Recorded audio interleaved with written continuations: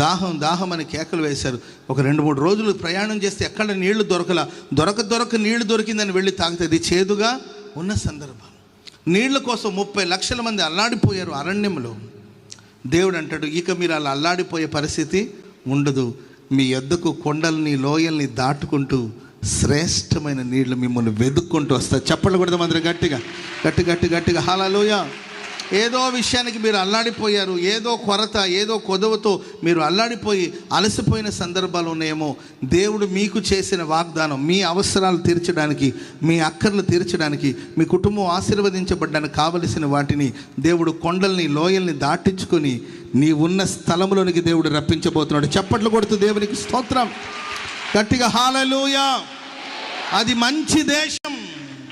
ఆ మంచి దేశం ఒకప్పుడు ఏ కొదవతో నువ్వు బాధపడ్డావో ఆ కొదవలన్నీ తీర్చి, నీ దాహాన్ని తీర్చి, నీ అక్కర్లు తీర్చగలిగిన మంచి దేశమే పాలు తేనెలు ప్రవహించే కనాను దేశం. మన్నా, ఏమన్నా మన్నా, ఈ అరణ్యములు తిన్న ఆహారము మన్నా. ఈ మన్నా తీసుకోవాలంటే వాళ్ళు ఆ మన్నా ఎలా ఉండేదండి? తెల్లగా ఉండేది, కొత్తిమీర గింజలాగా ఉండేది. కొత్తిమీర గింజలు అంటే ధనియాలే కదమ్మా, ధనియా గింజలాగా ఉండేవి. వీళ్ళని వచ్చి ఏం చేసుకోవాలి? దాన్ని ఏరుకోవాలి, అవునా కదండి?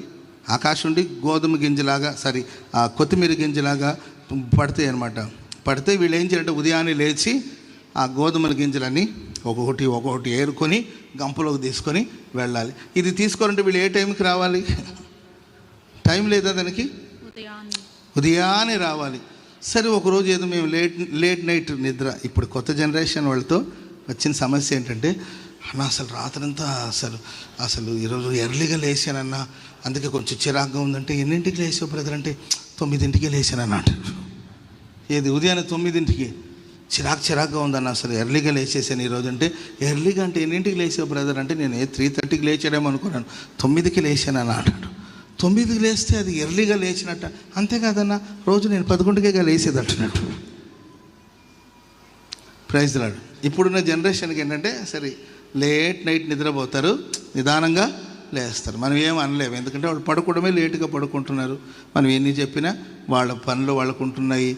ఏంటండి, ఆన్లైన్ జాబ్స్. సరే, దాని సంగతి పక్కన పెడితే, వీళ్ళు ఒకరోజు ఎవరైనా కొంచెం ఒళ్ళు పులిసిపోయిందనో, మనసు అలసిపోయిందనో, పులుకు తీశానని పాపం తల్లి 4ంటికే లేచి లేకపోతే 5ంటికే లేచి మన్నాన్ని ఏరుకోవడానికి బయటకు రావాలి.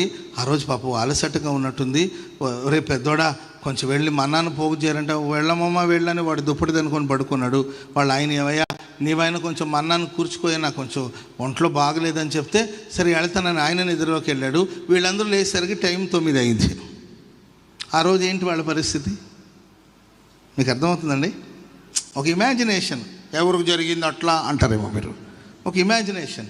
వాళ్ళు ఎర్లీ మార్నింగ్ లేవలసిన వాళ్ళు ఆ రోజు కొంచెం ఆలస్యమైంది. లేచి వచ్చేసరికి మన్నా ఉంటుందా? మన్నా నీకోసం మన్నా కాసుకొని ఉంటుందా? నీకోసం మన్న వేచి ఉంటుందా? మన్నా నీకోసం పడిగాపులు కాస్తుందా? మన్నా వచ్చి అన్న అన్న అన్న నేను పిలుస్తుందా? పిలవదు కదండి. అది కురిసే సమయంలో వెళ్ళి వీళ్ళు ఒక్కొక్క గింజను కూర్చుకోవాలి. Praise lord. మీరు ఇంటికి వెళ్ళిన తర్వాత ఒక పిడికిడి ధాన్యాలు లేకపోతే ఓ పిడికిడి బియ్యపు గింజలు నేల మీద వేసి చేతిలో ఒక ప్లేట్ తీసుకొని ఒక్కొక్క గింజగా ఏరి చూడండి ఎట్లుంటుందో. ట్రై చేయండి. ట్రై చేసి నాకు మీరందరూ చెప్పాలంటే మరి నాకు వినే ఓపిక ఉండాలి కదా. ట్రై చేసి చూడండి. బియ్యపు గింజ, మన ధాన్యాలు అదే కాబట్టి బియ్యపు గింజని మనం ఒక పిడికిడి కింద పడేసి మనం ఒక్కొక్కటి ఏరామనుకోండి, ఎంత టైం పడుతుంది అసలు?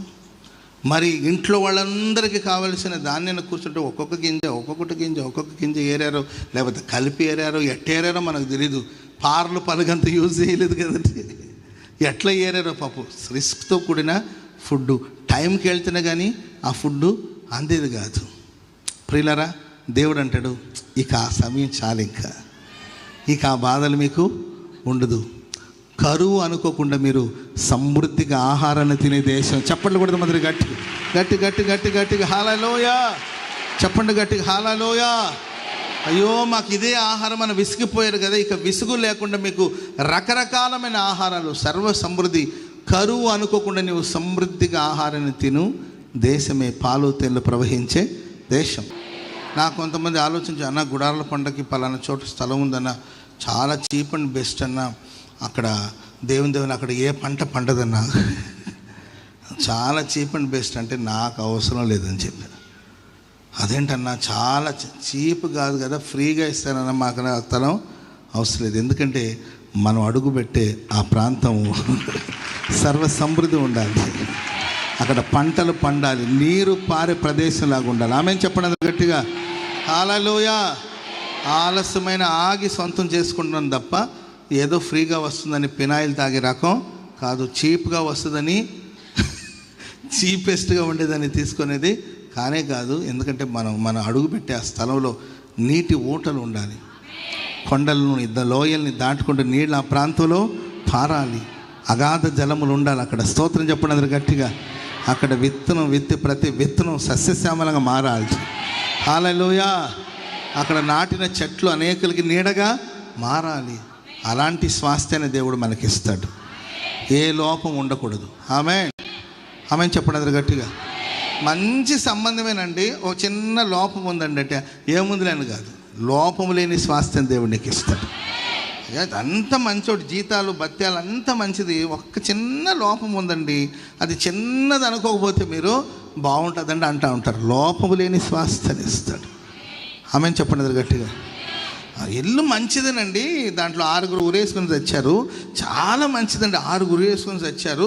అప్పుడప్పుడు గజ్జల సౌండ్ వినబడుతుంటుందంట, అప్పుడప్పుడు నిమ్మకాయలు తిరుగుతూ ఉంటుందంట, అప్పుడప్పుడు గోడ మీద నీడ, అంతే, అంతకు మించి ఏమి ఉండదు. మీరు ప్రార్థనలే కాబట్టి ఇబ్బంది ఏమి ఉండదు అనుకోండి. గోడ మీద నీడ పడుతుంటుంది, గజ్జల సౌండ్ వినబడుతూ ఉంటుంది. ఆ లోపలికి వెళ్తే విపరీతమైన తలనొప్పి వస్తుందండి.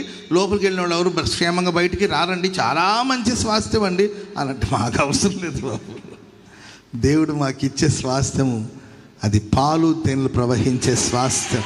చప్పట్లు కూడా దేవుడికి స్తోత్రం చెప్పండి అది గట్టిగా గట్టిగా. హల్లెలూయా. లోపం లేదు ఆ దేశంలో, ఎవరు లోపం చూపించలేరు.